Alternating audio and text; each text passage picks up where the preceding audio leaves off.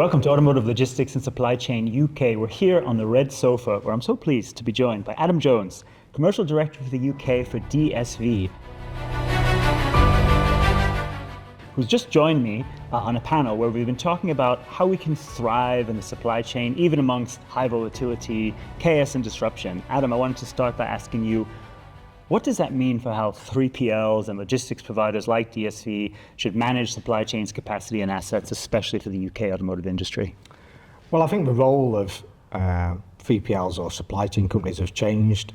Instead of just being transactional businesses that you deal with, they're actually becoming risk avoidance for businesses now. So if you look at things like capacity, it's no longer fixed. Everybody's wanting flexible capacity, especially in the UK. Even things like networks and how we design them. We're looking at multimodal now, how to avoid kind of disruption and the chaos that comes with kind of blockages and stuff like that. So the role of a 3PL is very much changed now. Instead of transactional, it is really embedded in OEMs as part of their strategy. And indeed, it can't be a fixed point now. It needs to move with the changing market. When you think about that need for adaptability and flexibility, what does that mean then for what a good partnership should look like? You know, what are some of the top priorities you'd put down in that? I think the biggest priority is being a trusted enabler. So when most things happen, the last thing you want to do is then sit around a table and decide, how do you do it? Who takes control of that? And also, even things like contractual frictions get in the way of it. You need to be making decisions quickly and being able to be agile. But that's building up that trust with that OEM to say, hey, you can make them decisions and you've got the best interest of our business, and hey, this is your arena. This is what we partner with you for. But that's also hard for OEMs. Traditionally, it's been a very transactional relationship, and hey, you do what we say, or you say you're going to do this, so execute that. But now it's moving more towards a trusted enabled partner of going, hey, if you can see something that's going to happen, going to affect our business, hey, make some changes and be proactive about it rather than coming to us and asking permission. So definitely that's the biggest priority of building that trust, just like we've talked about. How do you get to that point where your partner really trusts you to make decisions in their best interest? So that's definitely the priority we're focusing on. It's not easy, and it's hard for these guys to let go, but the more you demonstrate it and deliver kind of a good quality, and you're looking after the customers and the business, then the more that you get trusted to make some of them decisions, really. It's a great point, because they really need that intelligence on the ground and the particular modes and areas that they might not have in their day-to-day business, given the volatility that we see. Yeah, and we're moving a lot more towards like a control tower feel, because DSV do air, sea, road and contract logistics. We can see things happening before they happen or while they're happening, so we can really flex on capacity, change mode of transports, move lanes if you can see it's going to be congested. Also, we are working with customers to prioritize freight. So some things needs to be on the production line, needs to be in an aftermarket environment, but there's some areas that actually can hold them at point of origin, or actually you can reroute them and use a maybe slower method of transport, but actually it de-risks that route.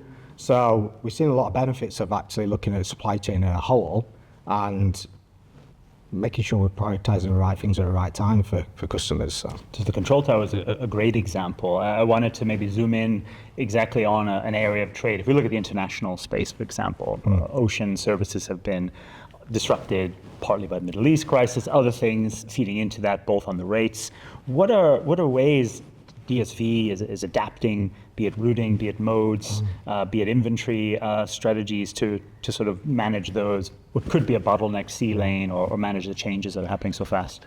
Exactly like I've just said, we're looking at the inventory that's coming into the UK, or sometimes even going out of the UK, and we can see the bottlenecks are coming, especially in the automotive industry. If you look at the influx of kind of Chinese OEMs that are coming, it's definitely put more pressure and more volume into them kind of trade lanes. So we're looking at the inventory that's coming in and, like I say, prioritising that. So what does need to go on air freight or sea freight, what can go by road, having a look at the inventory levels, do we actually have to flex them or change them to meet some of this demand, just so it's not getting bottlenecked really. So once again, the luxury of DSV is we can change modes pretty quickly and do that.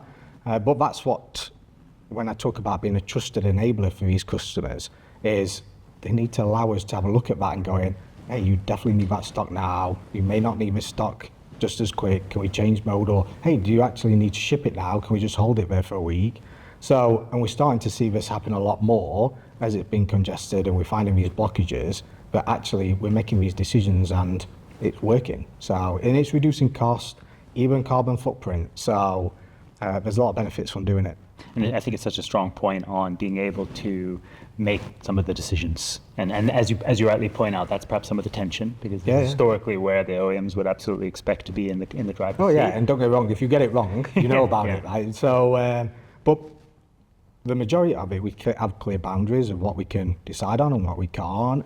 And also it's about communication. And we talk about being open and transparent, and that's how you build these relationships, especially in the automotive industry where time and pressure and consumer pressure when something goes wrong is immense. So it's about building that trust and having that clear communication of just keeping informed of what's happening and why you're doing it. And like I say, we find most of the time it's working out really, really well. You mentioned you could reduce carbon emissions in some cases through this. We've heard at this event quite a strong focus. JLR, Cummins, Cherry Group have all described their sustainable initiatives amongst their top goals and priorities. How would you characterize DSV's sustainability priorities, and where would you point to examples of progress or challenges in the UK? I think if you look at our DNA as an organisation, maybe being a kind of Scandinavian business, it's embedded in our culture. So, for example, if you look at contract logistics, every warehouse that we build or develop has solar panels across the warehouse. It captures rainwater, even has bug hotels that we put in, EV charging points, our company car scheme is all EV. And we've got to a point actually in the UK, you're looking around for the incentives to deal in sustainability because we're absolutely maxing it out. But same with even our road vehicles and moving to different fuels, moving to electric. So it's a must. There's no ifs, buts about it, or that's a nice to have. We don't get told like much what to do from above, but that's definitely the sustainability element of it is, hey, if you're going to build a warehouse, you must have solar panels, you must have EV chargers, you must do this.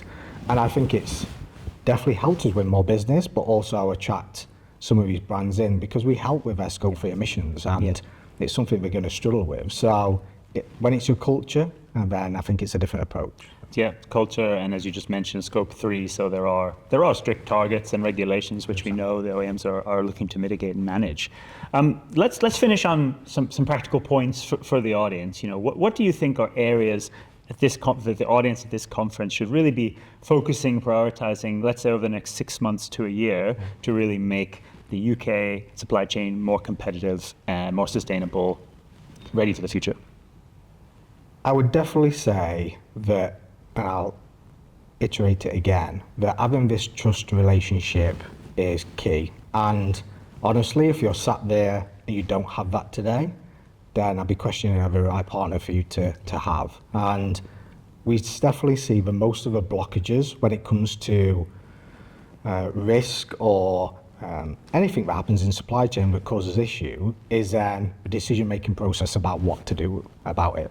So moving away from that transactional, I'll wait till the OEM tells me, I'm going to wait until my 3PL comes and tells me something, giving that kind of little bit of control and guidance that, hey, if this happens, you decide it. If this happens, you decide it. If this happens, come and talk to us about it. And I can't stress enough the amount of benefits we've seen by doing it, where we can be proactive about it. When we see something happening, we can already mitigate it before it happens, and before sometimes even our partners know about it, and then we follow up and tell them that, hey, this happened, but we did this, it's not affected anything, and we avoided that.